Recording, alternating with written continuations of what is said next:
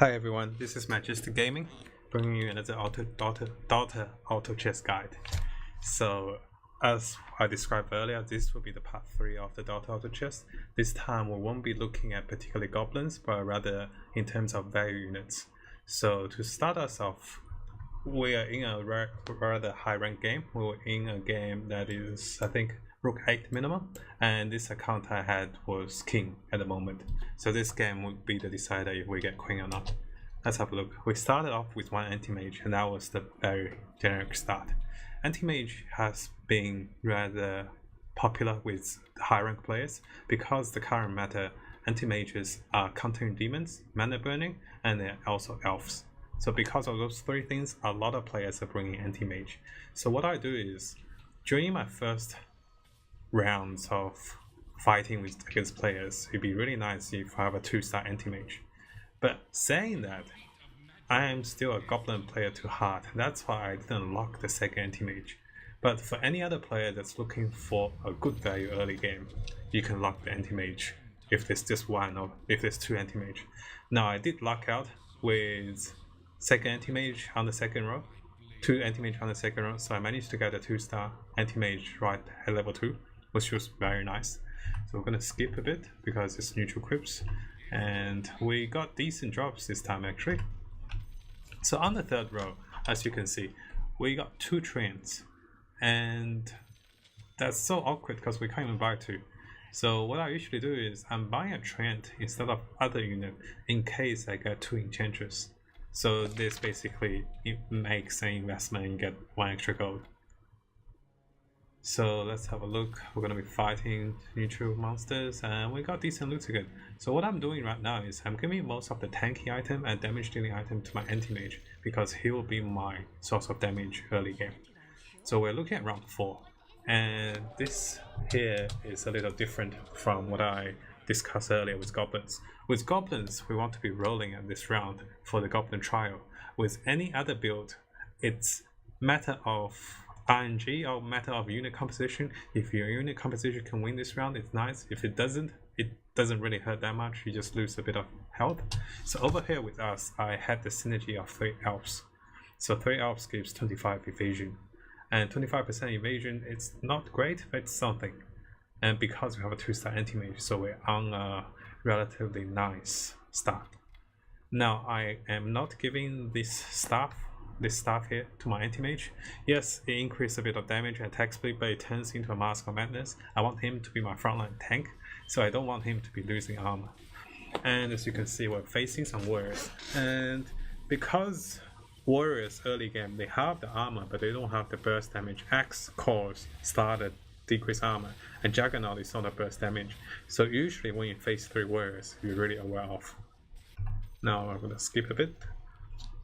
So I'm gonna go with details at early game initially because any value build, you want as much value as you can in the early game. So I'm gonna buy Queen of Pain, I'm gonna buy an Ogre if I get a 3-star Ogre. Now what I'm looking for here is any kind of synergy, because value builds you want synergies. You want early game synergy so you can start saving. Now the problem is, if you don't get synergies early game in a value build, you can't start saving, because if you can't constantly hold your rounds, you'll be losing too much health. Then we're gonna skip a bit, and this time I think we lost this one because of the anti-mage. See, the anti-mage meta really counters any demon the player uses. Here I had a 1-star Queen of Pain, and he had a 2-star Queen of Pain, and that was one of the defense mecha. So we're gonna be losing this one. And yes, I did describe as value building, but although we're value building, we're selecting the highest value unit that we see come across. Now there's 2 things I want to mention. One is that notice how I haven't been leveling up my builder. There's a thing because I noticed this because this has been my guide for the goblin build, that we stay low level as long as we can. But on this one, we want to be leveling up because we will be having high chance of getting purple units, and we all know at level 5 there's 7% chance of getting purple units. And because of this, I leveled up by selling units. And I think this is very generic and most of the players will know this, simply because most players does this even on round 5, they will be leveling up to level 5. But sometimes what I do is I question myself, what are the units I'm looking for? If I'm looking for units that are lower tier levels, at level 1 units, 1 star, like simple 1 unit or 2 unit, if I'm looking for those simple units, then I want to stay maybe lower in level 4 and level 5 for 1 or 2 extra turns, just so I get them. Now I don't have the best synergy, as you can see. What I'm banking on is the Sand King stun, Anti-Mage Mana Burn, Timber with AoE, Enchantress with the heal, and Queen of Pain with the AoE. Notice how my Queen of Pain is positioned at the front, so she doesn't jump to the back, rather she becomes a range attacker and a range nuker, as you can see over here. She doesn't jump, she attacks the target that she sees. And usually the cases is any unit that comes behind that attacks Queen of Pain will give her mana, so she does her initial nuke. So she usually gets off 1 nuke before she dies. And here we were very lucky that Sand King managed to stun and Anti-Mage managed to win the fight for us. So as you can see, I'm still getting units that I think are of value. When I say of value is I'm looking for any simple synergy that I can combine into. Here what I saw is I managed to get my first Goblin trial, which is very late, I don't know. Now, even with this trial, I'm having too many units. So again, this is something which we're doing in opposite of the Goblin guide. I'm gonna pause here. So what happened here was, let me go back for a sec. I'm at 1 XP to the next level. No, not 1 XP to the next level. I'm at 5 XP to the next level. That means it's gonna cost me 10 gold to level up this round. But why am I preferring to level up this round instead of any other round? Is that I'm currently on a win streak. And to keep my win streak, it's as if saying I'm investing 10 gold to stay on with my win streak. Not only do I gain 1 gold for the winning streak, I also gain 1 gold for winning. So it's as if I'm making an investment for higher rate of good items, higher rate of good rolls, and staying on the win streak. Of course, this doesn't always work out. Sometimes you just find matchups that you are much weaker, which is okay. And most of the time this does pay off in terms of getting better purple units or just staying with the win streak. Notice how this currently is round 8. Usually before round 10, if you get to level 6 builder, you are pretty well off in terms of number of units. And I'm going to post mine here as well once we finish by. So I'm going to post mine here. Currently I'm looking at 2 assassins, 3 goblins, 1 anti-mage. I'm going to buy the last slot just so I have assassin synergy if it comes to it, if I get any of my assassins 2-star. And also the position of my Timber Source is such that the AoE damage with the Queen of Pain. So see the position of the Timber Source? They're positioned here so they deal most AoE damage. For those that didn't know, Timber Source actually does a 3x3 AoE damage. So Timber Source does quite decent sized AoE. So this Timber Source can almost hit the unit over here, similar to this Timber Source, and the Queen of Pain will be hitting all those units over here. So the units at the front line for the enemy player will be subjected to 3 layers of AoE. So usually at this stage of the game, this will kill whatever unit that's over there. I'll get them really low. Let's have a look. So right now we're facing Axe, Bat Rider, and Anti-Mage. And because of Anti-Mage, one of the Timber Soul won't get his cast off. But luckily enough, he had a buff.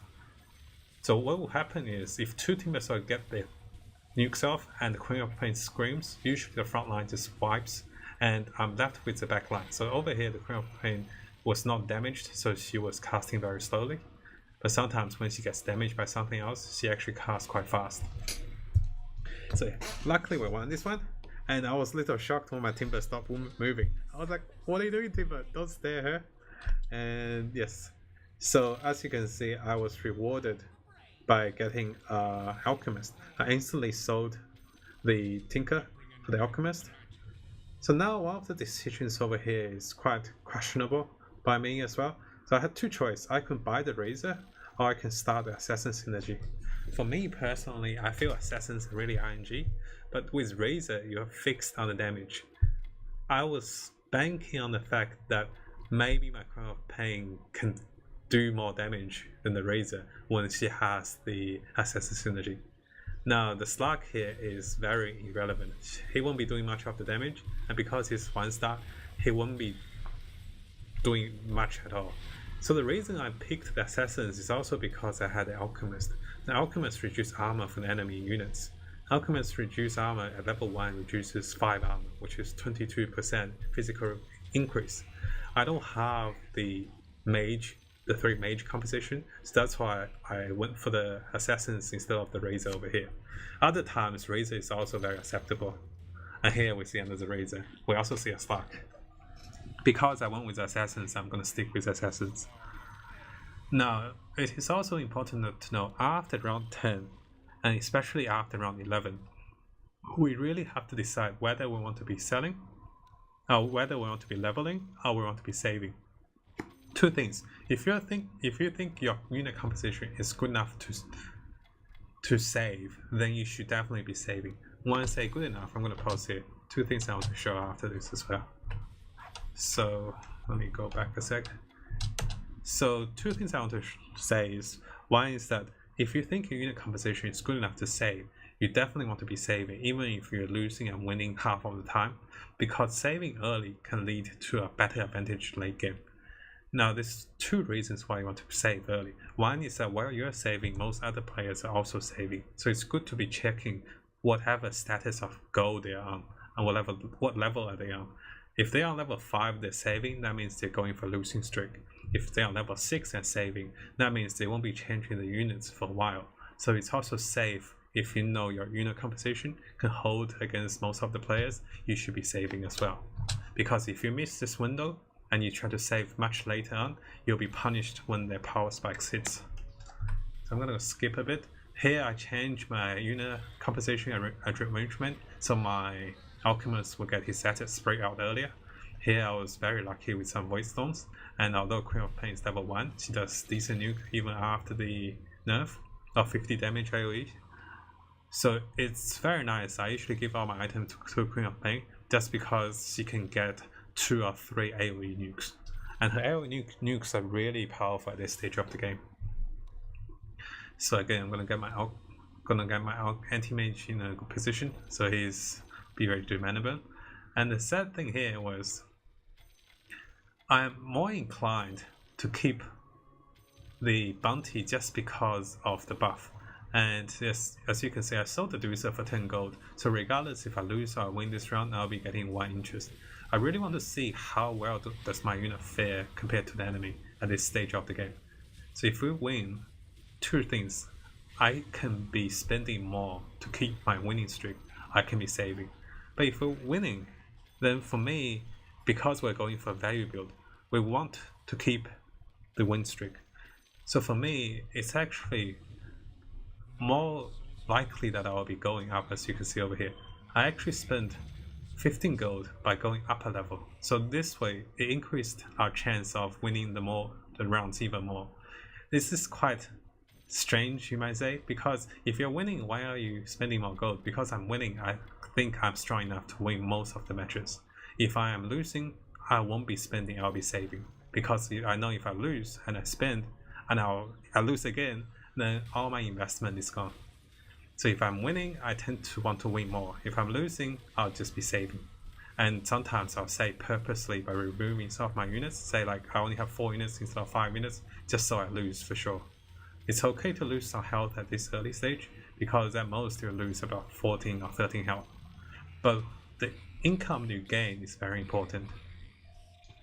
So here I'm chatting with a lot of players, as you can see the in-game text, because we've been playing for a while and they kind of know me. So we're chatting on as well, and because I have 2 Demon Hunter, which really counters anything that needs mana, for example, Long Druid. And I think he had an early 2-star Long Druid, and was really happy to be burning his mana. So here is something particular. With any value builds, you want synergy. You want things... Okay, I'm going to post one here. So 2 things happened here. Let me just go back for a sec. One thing is, at the start of this round, I'll be seeing a DK. And see how I already have a park waiting. So the 3 dragons are really strong before level 15. If you just get them 1 star, they're strong enough to burst most of the lineups because of Viper and DK, and Puck is just there for, you know, for the splash damage. So the 3 dragons are really good synergy to be keeping an eye out for. and with a value build, you want combinations and synergies. This Dragon Knight, I want to wait for a Viper. Once I get a Viper, they will be really good before round 15, or even around 16 or 17 if I get a 2-star Viper. So I'll be buying this Dragon Knight. Now secondly, notice I have, how many pairs do I have? I have 1 pair of Timbersaw, 1 pair of Goblin Bounty Hunter, 1 pair of Slug. I'm waiting for 3 pairs right now, and also I'm waiting for a row of Viper. So I'm waiting for 3 units. Even if I get a Queen of Pain or a Razor, I'll be really happy. So right now I'm waiting for 4 or 5 units, and although I'm low on gold, this 2 gold is not going to do anything for me. So rather I'll spend on this gold and to see what I get. And I was lucky enough to get a Timbersaw upgrade, which is very good. Not only did I get a Timbersaw upgrade to 2-star with more survivability and burst damage, I also managed to get my Slug down. So I'm back to the Assassin synergy.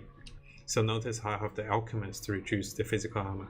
So although they are 1-star, they can still do quite a bit of damage. And Alchemist mana burn, for those that aren't aware, is also physical damage. So the mana you burn actually become physical damage for the enemy. So when Alchemist does Acid Spray, Anti-Mage actually does more damage. So right now I'm a heavy physical and a medium magical lineup, which is really good. So right now this is the point. At round 13 I looked around, I'm level 7, and most of the players at this point is level 6 or level 7. I know I am stronger than most players at the moment, and I know I should be saving, because I'm worried that if I'm not saving, I'll be behind for the late game. So what's going to happen is, a few of the next round, I'll be saving. So I'm going to skip a bit, because I know my units are strong enough with 2 Anti-Mage and with a 2-star Timbersaw. Not only do we have the Goblin buff, we also have 2 minus armor with the Alchemist. And Alchemist gains mana really fast. Notice how here I'm keeping 2 Beastmaster, simply for the fact that I am looking for my 2-star Beastmaster. Beastmaster in combination with Alchemist are really strong. It's very underrated, but it is very strong because of the Mounted Armor. Notice how here, as I mentioned earlier, with Wolves, what I do is I do a reverse positioning. I get my DPS over here and I put 1 tank over here. So usually, if you're worried about your lineup not being able to fight wolves, if you do this, usually the tank will be tanking 2 units, your DPS will be doing damage over here, and most of your other units will be fighting at least 1 vs 1. So usually the tank will get enough mana to get 2 of the spells off, and while the DPS will survive longest over here. Here we'll win the fight with ease because we have Alchemist and we have Timbersaw that's really tanky. So what's happening here is the next row, and starting from the next row, we're going to be looking for unit to combine because we have so many 1-stars. We're lucky enough to get a Bounty Hunter. Now with the Bounty Hunter, we finally have some decent damage other than the Queen of Pain in the back line. And because the Queen of Pain is hitting the front line, the Bounty Hunter is the one that can snipe the Shadow Fiends, can snipe units that are squishy at the moment. Now we do want to be noticed that Bounty Hunters really fall off after round 20, because Bounty Hunter jumps in and there's 3 or 4 units that will focus on the Bounty Hunter. Most of the time he won't even get his cast off and he'll just die straight away. Here, as you can see, we found the Lone Druid with our Anti-Mage, which is the best feeling in the world. And our Acid Spray basically melts any units that's in the spray.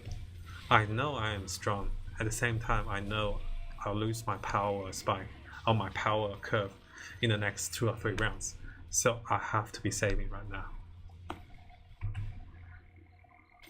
And for those who are asking, maybe we can level to level 8 to try to keep our power curve a little longer, to keep our win streak a little longer. Notice how right now I'm on the top of the list because of my value building, and I have less saving than other players, but I have a win streak and I have savings. So in actual fact, I have more gold than most other players at this point in time.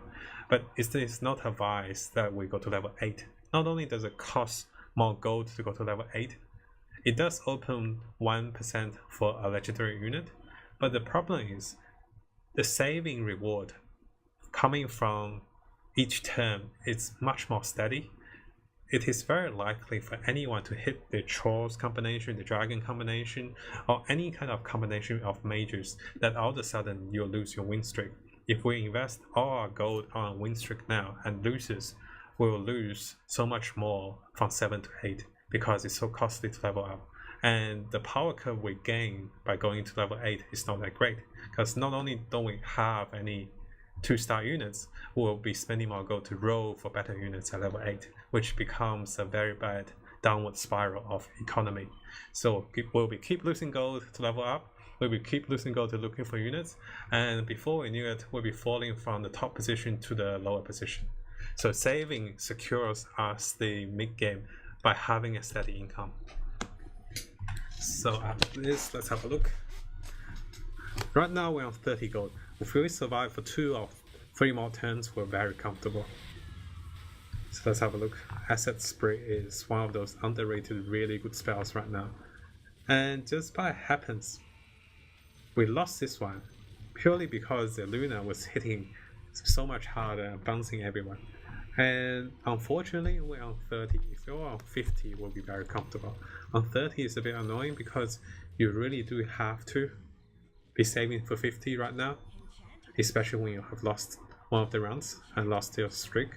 So as you know, 2 Enchantress makes 1 gold for everyone, and here by doing the little Enchantress hack, I managed to get to 40 gold. I am saving all my units over here. The first unit on my sell list right now in my storage is my Bounty Hunter. I'm still looking for the Dragon Synergy, but it is getting out of date. If Viper doesn't come anytime sooner, I'll have 2-star units on the board, and it's actually counterproductive to be swapping. So again, we face different players. I'm really checking to see what kind of power spikes they're having. And as you can see, this player is going for Elves and Assassins, which is okay with us because we also have a decent lineup against them. Because Asset Spray, usually Assassins are very squishy, so Asset Spray really counters them by decreasing the armor. Also, Asset Spray will take off the refraction charges from TA. More Enchantress. As you can see, we saved from around round 14 to round 19 to 50 gold. Two reasons why we're saving: because we'll be more comfortable with this much health if we save compared to if we didn't save. Because the moment we start to lose, we tend to lose continuously. So we'll actually be starting a losing streak with value building. What the plan of value building is to save enough money, then to level up your builder so you'll be rolling into the legendary units. This build doesn't require a particular unit synergy like goblins, which are pretty focused on goblins, or dragon, or mages. This build requires for us to see whatever comes to us and pick the best combinations as we go. Now, as I was saying, we'll be start to lose, and we just lost pretty heavily against this Orc lineup.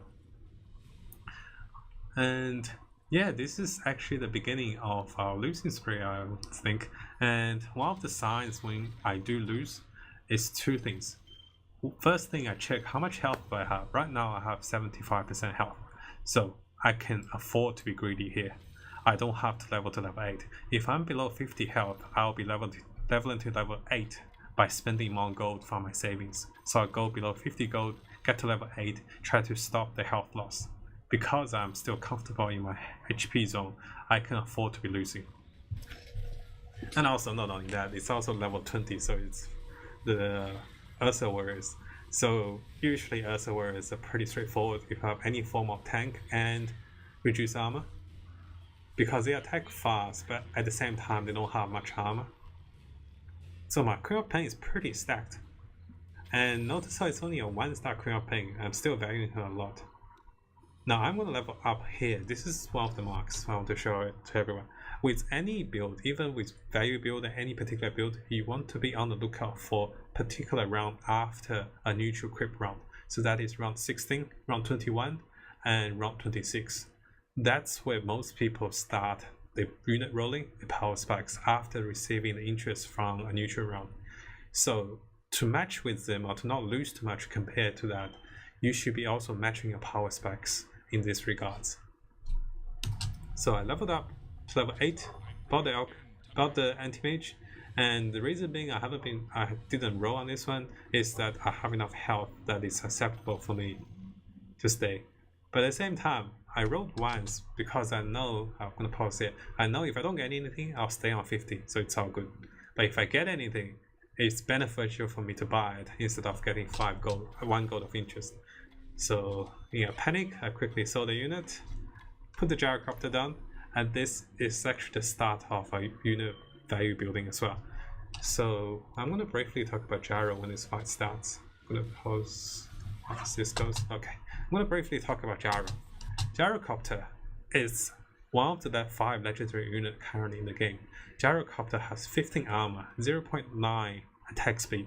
So not only does Gyrocopter attack really fast, it has one of the best range in the game as a dwarf. He also has one of the best nuke in the game. Gyrocopter's cooldown does 400 AoE damage in a massive radius, so it's almost an entire map. So when this hits 2 to 4 units, it's not that great, but usually it hits to 6 to 8 units. So this becomes 2000 damage to 3000 damage. Now Gyrocopter's cooldown is only 10 seconds. So this means in a fight, if your Gyrocopter have any sort of items, he'll be likely to be doing 2 to 3 cooldowns in a fight if your frontline is tanking enough. And not only does Gyrocopter attack really fast, his cooldown animation is good enough that after a bit of delay, he'll always land. The only downside is if your units are jumping, they'll become invulnerable. And most of the time it's okay because cooldown is such a big radius and usually hits most of the units. And one of our MVP unit here is going to be Gyro for a while, because this is our first legendary, and seeing how tanky Gyro is. So the thing here I want to say is, I'm having Gyro, I'm still losing, and I'm on a losing streak. I'll let go of start because I can't be bothered waiting for assassins right now. Gyrocopter started my train of thought to say, hey, maybe if we get more legendaries, maybe this will become a higher end game lineup instead of an early game lineup. I'm really sad I didn't get my dragons, and I know the dragons are basically, they've expired in their power specs. Having a gyro means we want to have more things at this AoE, so I'll be rolling a few times right now for any kind of demon synergy. And notice how I sold the Queen of Pain because we only want 1 type of demon on the board, and having a Doom can be really nice. And we also remember that our Queen of Pain had some of the best items. As I described earlier, a gyrocopter with items is ridiculously strong. The gyrocopter over here, its main purpose is not to win the fight first, but rather to do enough damage that kills most of the units in a fight. So even if we lose, we don't lose as heavily, because at this point any bit of health is a critical resource for us. Right now we have 67% health. So we just lost massively to a death blow of elves. I quickly sold the unit, so I'm back on 50 gold. I'm still comfortable with my health, but just because I'm on the 50 health mark. Right now I am pretty disappointed with dragons, and I'm still looking though, because right now I'm still looking. I still want to make dragons work, which we really don't want to get into this sort of, let me pause for a sec. We really don't want to get to see this sort of idea that you're looking for 1 or 2 particular unit and you feel like this unit, if it comes, is going to change the game for you. There's 2 reasons why this happens. Because if you're only looking for 1 or 2 particular unit, you're looking at a massive pool of different units. If you are not at least looking for a list of units to combine that you already have pairs of ready of, then once you are actually re-rolling over here, you're actually not getting the best value out of re-rolling. What I always recommend people is to look when you're actually looking for 3 more units. For example, right here I was looking for, let me unpause for a sec. Right here I was looking for Anti-Mage, I was looking for Park, I was looking for Dragon Knight, I was looking for Viper, I was looking for Beastmaster, and also I was looking for Dooms, because we have 2 Dooms down there. So I was looking for several units, and I'm also on the open for any legendaries like Enigma, because Enigma brings a lot of damage that's passively stacked as pure damage. We have 1 too many unit, and I noticed that. So what I did was, I still want to see if dragons can work. And the only thing right now I can afford to let go is the bounty hunter because, as I described earlier, he jumps in now, he dies too fast. I also really want to get my anti-mage level 3, that's why we're rolling for the majority of the cases. Gyrocopter on this hand, when he normal attacks anyone with a Kaya, they shred to Doom's Doom. So it's a really good synergy because Doom doesn't do much damage, but when you hit them with a Kaya or any sort of magic defense reduction, they die really fast. I think the Kaya actually amplifies magic damage taken by about 60%ish, and with anything else it multiplies up to 100% magic reduction. So right now we hit a really nice curve. We got the anti-mage, we freed up a spot, we got the Beastmaster. I have been saving my Beastmaster since the very early rounds, and similarly to my anti-mage. By getting them, I hit them as a power spike, so my units become more valuable, and not saying I'll defeat anyone with any compensation, we'll still lose the elves because we're physical attackers, most of us. But with Dooms, Gyro, Enigma, and Beastmaster, and Timbersaw, we're doing enough AoE damage that will clear most of the enemy, so when we lose, we don't lose that much. And I'm just glad that Enigma got things off, and Gyrocopter is the big damage dealer maker right now. Because of the cooldown, we managed to shred most of the units, and Anti-Mage, when his 3-star, can really clean up. This is really nice. See the asset spray? One hit, and she's dead. And usually, this doesn't really happen. And I was so proud of my AM, I actually typed in our chat that he 2 hits 2 of the units. Because of the asset spray, and because Anti-Mage have mana burn, that's why asset spray multiplies the mana burn damage. So as we can see, we're still comfortable in terms of health. If we are comfortable in terms of health, we stay on 50 gold, we don't rush. If we're no longer comfortable, if we're below 20 or 30% health, and there's so many players left, we want to be spending. Because gold sitting in a bank not spending is not good. Right now we are exchanging gold for health. Initially we can afford to exchange health for gold. Now I'm looking at the dragons. I'm very disappointed that none of the dragons came. And right now my majority of the damage lane is the Gyrocopter hitting the enemy while Doom is dooming them. And Enigma is a great source of AoE damage when I can't hit elves. And yeah, I'm looking for my units. I want to see if my units can get an AC. AC is one of the game-changing items that can really turn the tides of a game. Right now, if you have noticed, or if you haven't, I'm gonna pause here and let everyone know as well. Right now is one of the special rounds that I described earlier. This is round 26. We always get a power spike. I'll try to get as much power spike on round 16, 21, and 26. And in my Goblin guide, I described that I get to level 9 and start rolling for techies at this round because I know this is the beginning of the end round for most players. This is the do or break round for most of the players down there, and most of the players here will be hitting the power spikes. So if you don't power up on this round, you'll lose too much health and it's almost unrecoverable after this round. And even sometimes we get all the best unit and all the best items, we might lose this round heavily. But we lose this round with the knowledge, knowing that we did everything we can on this round. Of course, I didn't spend all my gold, I still left some gold for savings. And I'm reluctant to buy the pack because I feel that it has missed its mark and it's been so late that the dragons won't do as much damage. I have decided to put my units to the back, so this way my Gyrocopter have a better range of cooldown, so the units will be coming from the top to the bottom. The good thing and the bad thing is we're losing. We're getting a losing streak, which is a good thing, but we're losing. We're losing health. And we're not killing anyone. Notice that anyone we face, we're losing at least 3 or 4 units. And that's not the best situation we want to be in. I want just enough damage so we won't be losing. Having this tide here really helps. Not only do we have a stacked double alchemist that we didn't need, but having this tide gives us magic resistance. Tide and Deuce are my favorite magic resistance buffers. So regardless what's happening, right now I am so desperate for dragons that I combine the pack in hoping that I free enough space that will find the dragons. But also a part of me knows that unless you get a 2-star DK, it's no longer worth it to get the dragons. This was a perfect call down by us. And the Tide also did the ravage.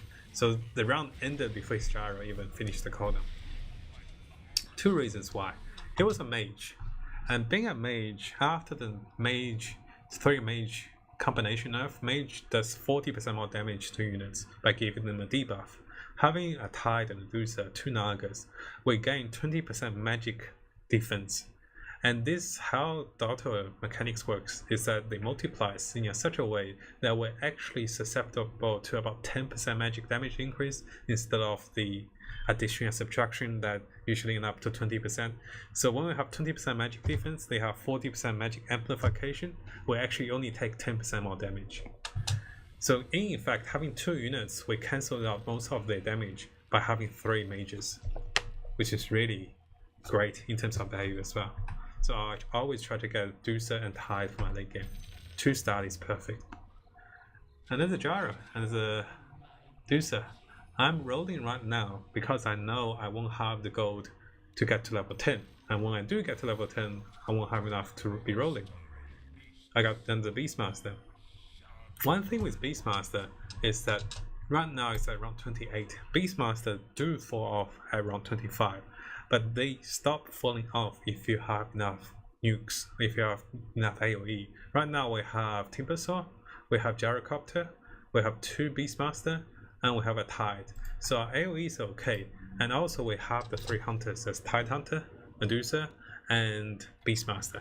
So we have a bit of the synergy. So that's why I'm keeping Beastmaster for the raw physical damage in combination with Alchemist, which amplifies our physical damage. And I decided to do a clearance run, and everything goes in my warehouse because I'm not getting any DK. I had to face the fact I'm not getting any DK. And here was so close for my Medusa to survive, and I know I need a level 2 Medusa, desperate. I need my 3rd Medusa. Usually at this stage, the Tide did a perfect ravage on every unit once everyone's dead, but it's okay. So what I'm banking the fact on is I want to be top 3 right now. I might not be able to get to 1st place, but I will be top 3 simply by having more health and by killing most of the units on my board. I'm also getting higher income from my losing streak. Currently I have a 3 losing streak income. So we'll be rolling because we want a Medusa, a gyro, a Tide. And we got a lost gyro, which is very nice. Gyrocopter at level 2 basically guarantee he will be doing 1 at least cooldown. So let's see my rearrangement. I'm gonna put the gyro inside. I really want them to be fighting into us instead of us jumping into them. At the same time, having a 3-star anti-mage really helps, especially when there's less players left in the game. I'll explain as we go. And here the anti-mage locked down to my Tide, and I was just screaming in my head. I was like, no, don't do it. So yeah, here the 3-star Queen of Pain died. I was happy enough. I was like, okay, that's okay. And we did lose 11 health. Quickly selling a unit to get to 30 gold because every bit of gold matters. Right now I haven't sold the techies. There's 2 reasons why. One is that I might be rolling into more techies, and as you saw I just got into techies. The second reason is that with the Alchemist armor reduction, a techie bomb actually does a decent chunk of damage. And because we're value lineup, the value lineup basically simplifies to whatever unit you can place on the board that brings the most value to your composition. Sometimes we just need a bit of damage. That's when I can put the techies down. So we're fighting neutral monsters, and I don't think we won this one, just as a bit of spoiler, because Medusa is only level 1, so she can't stun early. I was happy enough we only lost by 1, and we got an item. I sold the Alchemist right here, although I'm 1 Alchemist away from getting my Alchemist to 2-star, because I know that Alchemist will be falling off very quickly, and I know I'll be replacing Alchemist eventually. So I sold him in the knowledge that once I replace him, I don't actually want him to be 2-star. So I sold the Alchemist right here because I got a Lich. So right now, if we have a look, how many How many legendary units do we have? We actually have every legendary unit in this lineup. We have the Goblin Techies, Lich, we have the Tide, Enigma, and Gyro. We actually have every legendary unit, and we have minimum composition synergies compared to the initial. We want all the synergies. We have the anti-mage to counter all the tides. We have the Doom to get a high value target. Oh yeah, we got the Tide, and his Tide still got it off, which is a bit bizarre.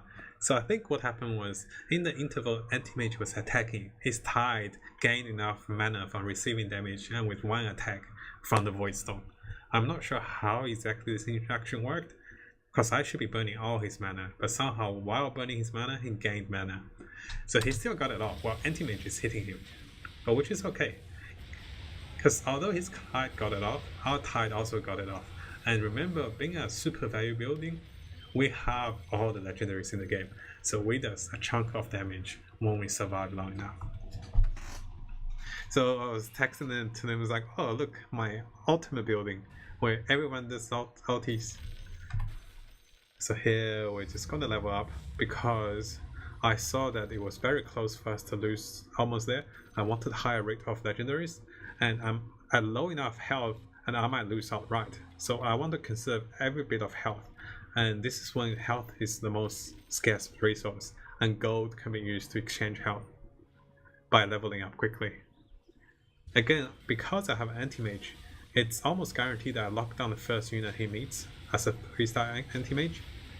And my Tide got it off, which is MVP here. I got 2 Tide, one on the side, so one covers the backline. And Techies also finished up a few units. The downside is, although we killed them, our damage over time and delays in terms of cooldown actually resulted in loss of 12 health, which we should only lost about 6 or 5 health because 2 units alive, which something which I was really annoyed with the game mechanics. We got our final Tide. I had the Techie saved up as a hard source of currency. At this round, the funny thing is, as you can see, I'm on 9 units. But I'm happy now to have a 2-star Tide that I can group my units in a ball again, because I know by grouping a ball, and if I get my first initiate off before them, it's really strong, because they will be fighting to us and we'll be hitting them while they're stunned. So let's have a look. There's the anti-mage, only 2-star anti-mage though, and Tide got the ulti off initially, Gyrocopter got his off, and Dusa is positioned such that if there's an assassin like Queen of Pain over here, which I wasn't expecting Queen of Pain, I was expecting any lower assassin. If assassin jumps in, they'll jump to the back line, and most unit they'll be hitting is Gyrocopter and Dusa. If they hit the Dusa, they basically recharge my mana for the Dusa instead of killing her because she has enough health at the moment. Notice how we were 1 unit short, and now we just found another Gyro, which if we count right now, we have 6 legendaries on the board, and every other unit other than anti-mage is 4-star. There's also a Beastmaster, that is. Beastmaster is here for the Hunter synergy, because we want a Tide Hunter and Dusa to have the highest damage so they can get the ultimates off. Right now it's very close. As you can see, I'm on 10% health, and most players are pretty low on health. My Tide got the ultimate off again. Having a Gyrocopter that's high leveled over here soaks up damage, and he also receives enough mana to be casting a cooldown, a guaranteed cooldown, because a 2-star Gyrocopter won't be dying before he makes the cooldown unless the Doom dooms him. Right now the game is so close that any small change can matter a lot here. So I'm looking around, I'm looking to see what position my anti-mage should be on. And also, I kind of want to avoid where my Doom is, because I want to avoid the anti-mage. But because it's only a 2-star anti-mage, it's possible that we focus it down before it does real impact. Let's have a look here. Every fight here is critical as the endgame fights, and because I was looking around, I saw that the Disruptor was on the 4th slot. So if you count from left or right, if it's on the 4th slot, there's a 50% chance of you finding him, because the game reverses when you attack him and it reverses back when you fight him. So it's a 50% chance of you finding him when he fights you on a direct hit. And here we got him. And again, the same thing happened as well. The anti-mage was hitting him and he managed to get his cast off. But because we delayed him by 1 second with the mana burn, his cast didn't basically annihilate us. We still got enough time for the Tide to cast his as well. And because the Tide stunned everyone while he did the Storm on us, he basically recharged mana for everyone in my line, and we were able to cast everything right after the Storm. And it just happens right now, with our silly value building, we managed to get to the last 2 position. I'm looking at the last guy. I can see how he has got all assassins. He's actually got 3 assassins, and I go, okay, it's time to form my ball now. Because assassins will be jumping into us, we want to have a ball of defense, so most of our units are actually protected. So here I'm frantically trying to ring range, and because I'm on 320 ping, usually playing across the world from Australia, I really want my units. So as you can see here, I want the Doom to be the one that's receiving damage from the assassins. I also want Techies to be receiving enough damage, because level 1 Techie, he cannot cast his bomb fast enough. If he receives any form of damage, because Doom will be receiving the first line of damage, then it's Techies. If he receives some damage, he can actually get a cast off. And because Gyrocopter is so strong, everyone is commenting on Gyrocopter. And as you can see, as I wanted, one unit came to Doom, charged Doom up, another unit came, and then another unit came. Our Deucer also got damaged, so she actually casted as well. So now, because we were in a ball, he has to fight into us. And because he has to fight into us, we got most of our spells off. And it just happens, this value building over here managed to win us the game. And let's have a look at the summary.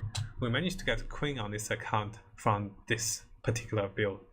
There's a few things I want to highlight, which I'll go back and highlight. The first thing is, let me try to fix this. Here we go.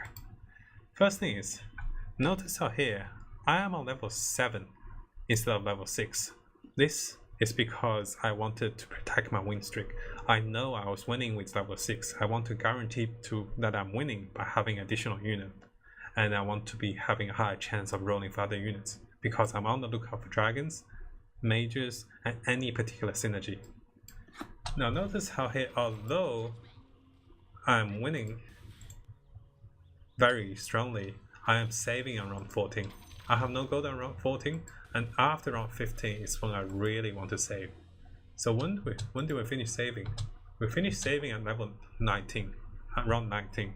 After round 19, we actually lost before that. We lost our streak. Because we're saving and we have enough health, we can afford to be going into the mid game with a steady flow of income that we can be rolling for units. We can be leveling up. And with a little bit luck and unit composition, we managed to get all the good items on Gyro, and we managed to get enough AoE to survive the mid game. So notice how here, I'm constantly losing health, but because I have enough AoE, that we actually survived until our AoE is actually killed the enemy instead of just bringing them really low. So to summarize, I think it is nice for most players to know the tier list of all units. What I recommend in this one to touch up on the tier list, which I'll do a special one later on, particularly on the tier list. For 1-stars, Bounty Hunters are really great until level 15. Now for 2-star, Beastmaster are really great until level 20. For 3-stars, used to be Shadow Fiend without a Delt. Now it's questionable, because now so popular that people run Abaddon with Undead. So if you manage to get Abaddon and Necro, they can be a really good combination. If not, if you still have a 2-star Shadow Fiend, it's still very strong as a 3-star. There isn't any particular unit that breaks the game as a 3-star, because most of them requires a synergy. So I would say Viper will be very strong as a 3-star if you get the dragons. As for 4-star, you want Lone Druid, you want Conquer, you want Alchemist. Necro is a combination unit. You might not want Deucer, you might want to keep Disruptor. There's a few reasons why you want to keep Disruptor, because not only do you deny the other Orc players, there's always Orc player. You also want to deny the Hunter players that picks Disruptor. You also want to deny the Warrior build players that picks Disruptor. You also want to deny... Sorry, alarm went off. You also want to deny the Troll player that picks Disruptor. It's such a popular unit that if you can get in and deny them, it's really helpful. Because I've seen so many games that one Storm just destroyed the board. I can't get anything off while they followed up with a Tide or a Deucer and just sat there losing 20 health. So 4 stars, Lone Druid, Tide, Conquer, Disruptor. Oh, not Tide, sorry. I was gonna say Doom. As for 5-star, a 1-star Tide sometimes is not worth putting on the board. What's really valuable actually as 1-star legendary is Gyrocopter. He does a surprising amount of damage, and he can be left in the corner because he has the best range in the game. His damage is great, good range, good survivability. There's of course there is the Enigma, there's the Techies, there's a few units. Look into your lineup. If you have minus armor and you have Techies, it's great. If you have units that doesn't do much damage, you need to do damage to elves because they have evasion, to goblins because they have armor, Enigma is great. Sometimes you can swap units around. You could be using liches for fights, and then you swap them around with Enigma. Because you have spare units, you can use Enigma for boss fights, against trolls, against dragons. You can use Lich against trolls. Keep a few units in your disposal for the late game, and if you have enough health and you're swapping, sometimes you might just find that Lich works better compared to Enigma, or sometimes having Lich and Tide, or having Lich and Deucer might work well. So it's key to have enough health for the late game to be swapping around. Hopefully this helped you guys, and I'll be looking forward to be making more videos. And please leave in the comments if you like this video or if you have any suggestions. So please leave a like and subscribe. Thank you, and I'll see you next time.